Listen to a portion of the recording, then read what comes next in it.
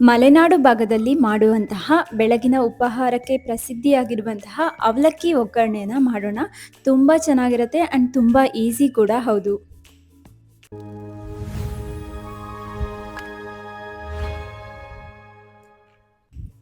ನಾನು ಅವಲಕ್ಕಿ ಒಗ್ಗರಣೆ ಮಾಡೋದಕ್ಕೆ ಪೇಪರ್ ಅವಲಕ್ಕಿನ ತೊಗೊಂಡಿದ್ದೀನಿ. ಪೇಪರ್ ಅವಲಕ್ಕಿನೇ ತೊಗೊಳ್ಬೇಕು, ನೀವು ಗಟ್ಟಿ ಅವಲಕ್ಕಿನ ತೊಗೊಳ್ಬಾರ್ದು. ನಾನು ಹಾಗೆಯೇ ದೊಡ್ಡದಾದ ಈರುಳ್ಳಿ ಕಟ್ ಮಾಡ್ಕೊಂಡಿದ್ದೀನಿ, 2 ಒಣಮೆಣಸು, ಕರಿಬೇವು, ಹಾಗೆಯೇ ಕಾಯಿ ತುರಿ, ಜೀರಿಗೆ, ಸಾಸಿವೆ, ಅರಿಶಿಣದ ಪುಡಿ, 1 3 ಸ್ಪೂನ್ ಆಗುವಷ್ಟು ಬೆಲ್ಲ, ಶೇಂಗಾ ಹಾಗೆ ನೀರನ್ನು ತಗೊಂಡಿದ್ದೀನಿ. ಈ ಬೆಲ್ಲನ ಫಸ್ಟು ನೀರಲ್ಲಿ ಕರಗಿಸ್ಕೊಳ್ಬೇಕಾಗುತ್ತೆ. ನಾನು ಒಂದು ಅರ್ಧ ಕಪ್ ಆಗುವಷ್ಟು ನೀರು ಹಾಕ್ಕೊಳ್ತೀನಿ. ನೋಡಿ, ಈ ಬೆಲ್ಲದ ಪುಡಿ ಇದೆಯಲ್ಲ, ಇದು ನೀಟಾಗಿ ಈ ನೀರಲ್ಲಿ ಈ ಥರ ನೀಟಾಗಿ ಕರಗಿಸ್ಕೊಳ್ಬೇಕು ನಾವು ಫಸ್ಟು. ನೀವು ಸ್ವೀಟ್ ಜಾಸ್ತಿ ಬೇಕಂದರೆ ಜಾಸ್ತಿ ಹಾಕ್ಕೊಳ್ಬೋದು ಬೆಲ್ಲನ, ಇಲ್ಲ ಸ್ವಲ್ಪ ಸಾಕು ಅಂದರೆ ಸ್ವಲ್ಪ ಹಾಕ್ಕೊಳ್ಬೋದು. ನೆಕ್ಸ್ಟು ಒಗ್ಗರಣೆ ರೆಡಿ ಮಾಡ್ಕೊಳ್ಬೇಕು. ನಾನು ಒಂದು ಬಾಣಲೆಯನ್ನು ತೊಗೊಳ್ತೀನಿ. ಹಾಗೆಯೇ ಪೇಪರ್ ಅವಲಕ್ಕಿಗೆ ನಾವು ಸ್ವಲ್ಪ ಆಯಿಲ್ನ ಜಾಸ್ತಿ ಯೂಸ್ ಮಾಡ್ತೀವಿ. ಸೊ ನಾನು 2 ಸೌಟ್ ಆಗುವಷ್ಟು ಆಯಿಲ್ನ ತೊಗೊಂಡಿದ್ದೀನಿ. ಎಣ್ಣೆ ಕಾಯಬೇಕು. ಎಣ್ಣೆ ಕಾದಿದ ನಂತರ ನಾನು ಸಾಸಿವೆ ಹಾಕ್ಕೊಳ್ತಾ ಇದ್ದೀನಿ. ಹಾಗೆಯೇ ಶೇಂಗಾನ ಹಾಕ್ಕೊಂಡು ಇದನ್ನು ಚೆನ್ನಾಗಿ ಒಗ್ಗರಣೆಯಲ್ಲಿ ಬೇಯಿಸ್ಕೊಳ್ತೀನಿ. ಸ್ವಲ್ಪ ಮೀಡಿಯಮ್ ಫ್ಲೇಮಲ್ಲಿ ನೀವು ಶೇಂಗಾನ ಚೆನ್ನಾಗಿ ಬೇಯಿಸ್ಕೊಳ್ಬೇಕು. ನೀವು ಈರುಳ್ಳಿ ಹಾಕಿದ ನಂತರ ಶೇಂಗಾ ಅದು ಎಣ್ಣೆಯಲ್ಲಿ ಫ್ರೈ ಆಗಲ್ಲ. ಸೊ ಫಸ್ಟೇ ನೀವು ಚೆನ್ನಾಗಿ ಎಣ್ಣೆಯಲ್ಲಿ ಗರಿ ಗರಿಯಾಗಿ ಫ್ರೈ ಮಾಡ್ಕೊಳ್ಬೇಕು ಇದನ್ನು. ನೆಕ್ಸ್ಟು ಸ್ವಲ್ಪ 1/4 ಸ್ಪೂನಷ್ಟು ಜೀರಿಗೆ ಹಾಕ್ಕೊಳ್ತೀನಿ. ಇದು ನಮಗೆ ತುಂಬ ಚೆನ್ನಾಗಿ ಅವಲಕ್ಕಿ ಒಗ್ಗರಣೆಗೆ ಫ್ಲೇವರ್ನ ಚೆಂದ ಕೊಡುತ್ತೆ. ಹಾಗಾಗಿ ನಾನು ಜೀರಿಗೆಯನ್ನು ಯೂಸ್ ಮಾಡಿದ್ದೀನಿ. ಹಾಗೆಯೇ ಕಟ್ ಮಾಡಿ ಇಟ್ಕೊಂಡಿರುವಂತಹ ಒಂದು ದೊಡ್ಡದಾದ ಈರುಳ್ಳಿ ಏನು ಕಟ್ ಮಾಡಿ ಇಟ್ಕೊಂಡಿದ್ದೀನೋ ಅದನ್ನು ಈ ಒಗ್ಗರಣೆಗೆ ಹಾಕ್ಕೊಳ್ತೀನಿ.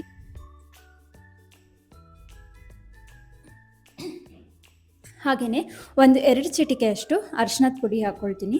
ತುಂಬ ಅರಿಶಿಣ ಏನು ಹಾಕ್ಕೊಳ್ಳೋದು ಬೇಡ, ಸ್ವಲ್ಪ ಹಾಕ್ಕೊಂಡ್ರೆ ಸಾಕಾಗುತ್ತೆ. ಹಾಗೆಯೇ ನಾವು ಒಗ್ಗರಣೆ ಸ್ಟಾರ್ಟಿಂಗಲ್ಲೇ ಅರಿಶಿಣನ ಹಾಕ್ಕೊಳ್ಬಾರ್ದು, ಲಾಸ್ಟ್ ಎಂಡ್ ಮೂಮೆಂಟಲ್ಲಿ ಸ್ವಲ್ಪ ಅರಿಶಿಣನ ಹಾಕ್ಕೊಳ್ಬೇಕು. ಇಲ್ಲಾಂದರೆ ಅದು ಬೇಗ ಕಪ್ಪಾಗಿಬಿಡುತ್ತೆ. ಹಾಗಾಗಿ ನೆಕ್ಸ್ಟು ಕಟ್ ಮಾಡಿ ಇಟ್ಕೊಂಡಿರುವಂಥ ಒಣಮೆಣಸು ಹಾಗೆಯೇ ಕರಿಬೇವನ್ನು ಆ್ಯಡ್ ಮಾಡ್ಕೊಳ್ತಾ ಇದ್ದೀನಿ.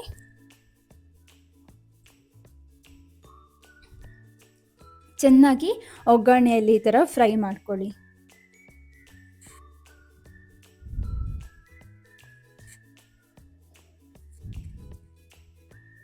ಇದಕ್ಕೆ ಸ್ವಲ್ಪ ಉಪ್ಪನ್ನು ಹಾಕ್ಕೊಳ್ಬೇಕಾಗುತ್ತೆ, ತುಂಬ ಹಾಕಬಾರ್ದು. ಒಂದು 1/4 ಸ್ಪೂನ್ ಆಗುವಷ್ಟು ಉಪ್ಪನ್ನು ಹಾಕ್ಕೊಳ್ಳಿ. ನಾವು ಇಲ್ಲಿ ಸ್ವೀಟ್ ಆ್ಯಡ್ ಮಾಡಿ ಬೆಳಗಿನ ಉಪಹಾರ ರೆಡಿ ಮಾಡ್ತಾ ಇರೋದ್ರಿಂದ ನಾವು ತುಂಬ ಉಪ್ಪು ಹಾಕ್ಕೊಳ್ಳಲ್ಲ. ಸ್ವಲ್ಪ ನಾವು ಸ್ವೀಟ್ ಇದ್ದಾಗ ನಮಗೆ ಉಪ್ಪು ಸಪ್ಪೆ ಅನಿಸ್ಬಾರ್ದಲ್ವ, ಸೊ ಹಾಗಾಗಿ ಒಂದು 1/4 ಸ್ಪೂನಷ್ಟು ಉಪ್ಪನ್ನು ಆ್ಯಡ್ ಮಾಡ್ಕೊಂಡಿದ್ದೀನಿ. ಇವಾಗ ಏನು ಬೌಲಲ್ಲಿ ರೆಡಿ ಮಾಡಿ ಇಟ್ಕೊಂಡಿದ್ನೋ ಪೇಪರ್ ಅವಲಕ್ಕಿನ ಇದಕ್ಕೆ ಹಾಕಿ ನೀಟಾಗಿ ಮಿಕ್ಸ್ ಮಾಡ್ಕೊಳ್ತೀನಿ. ಈ ಥರ ನೀಟಾಗಿ ಮಿಕ್ಸ್ ಮಾಡ್ಕೊಳ್ಬೇಕು ನಾವು. ಆ್ಯಕ್ಚುಲಿ ಪೇಪರ್ ಅವಲಕ್ಕಿ ತುಂಬಾ ಎಣ್ಣೆ ತೊಗೊಳುತ್ತೆ. ನೀವು ಬೇಕಾದರೆ ನಾನು ಆಲ್ರೆಡಿ 2 ಸೌಟನ್ನು ಹಾಕಿದ್ದೀನಿ, ಆದರೂ ಬೇಕು ಅಂತ ಅನಿಸುತ್ತೆ. ಬಟ್ ನೀವು ತುಂಬ ಆಯಿಲ್ನ ಯೂಸ್ ಮಾಡೋಕ್ಕೆ ಹಾಕ್ಕೊಳ್ಬೇಡಿ. ಹಾಗೆಯೇ ಏನು ಕಾಯಿ ತುರಿ ತುರಿದಿಟ್ಕೊಂಡಿದ್ನೋ ಅದನ್ನು ಕೂಡ ಮಿಕ್ಸ್ ಮಾಡ್ಕೊಳ್ತೀನಿ. ಕಾಯಿ ತುರಿ ಎಲ್ಲ ಹಾಕ್ಬಿಟ್ಟು ಈ ಥರ ನೀಟಾಗಿ ಕಲಿಸ್ಕೊಳ್ಬೇಕು. ನೆಕ್ಸ್ಟು ಬೆಲ್ಲನ ಏನು ಈ ಥರ ನೀರಲ್ಲಿ ಮಿಕ್ಸ್ ಮಾಡಿಟ್ಕೊಂಡಿದ್ದೆ ಇದನ್ನು ಸ್ವಲ್ಪನೇ ಹಾಕ್ಕೊಳ್ತಾ ಮಿಕ್ಸ್ ಮಾಡ್ಕೊಳ್ತಾ ಬರಬೇಕು. ನಾವು ಒಂದೇ ಸರಿ ಬೆಲ್ಲದ ನೀರನ್ನು ಹಾಕ್ಕೊಳ್ಬಾರ್ದು, ಈ ಥರ ಚುಮ್ಮಿಸ್ಕೊಳ್ತಾ ನಾವು ಮಿಕ್ಸ್ ಮಾಡಬೇಕು.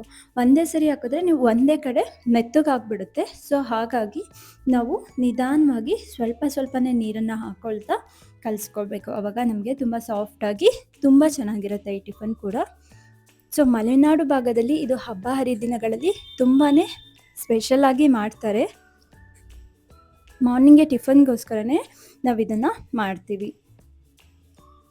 ಈ ಥರ ನೀಟಾಗಿ ಮಿಕ್ಸ್ ಮಾಡ್ಕೊಳ್ಳಿ. ಇಷ್ಟೇ, ಸಖತ್ತಾಗಿರುವಂಥ ಅವಲಕ್ಕಿ ಒಗ್ಗರಣೆ ನಮಗೆ ರೆಡಿ ಆಗುತ್ತೆ. ನೋಡಿ ಎಷ್ಟು ಚೆನ್ನಾಗಿದೆ ಅಂತ ಹೇಳಿ ಒಂದ್ಸರಿ ಟ್ರೈ ಮಾಡಿ ನೋಡಿ. Thank you for watching.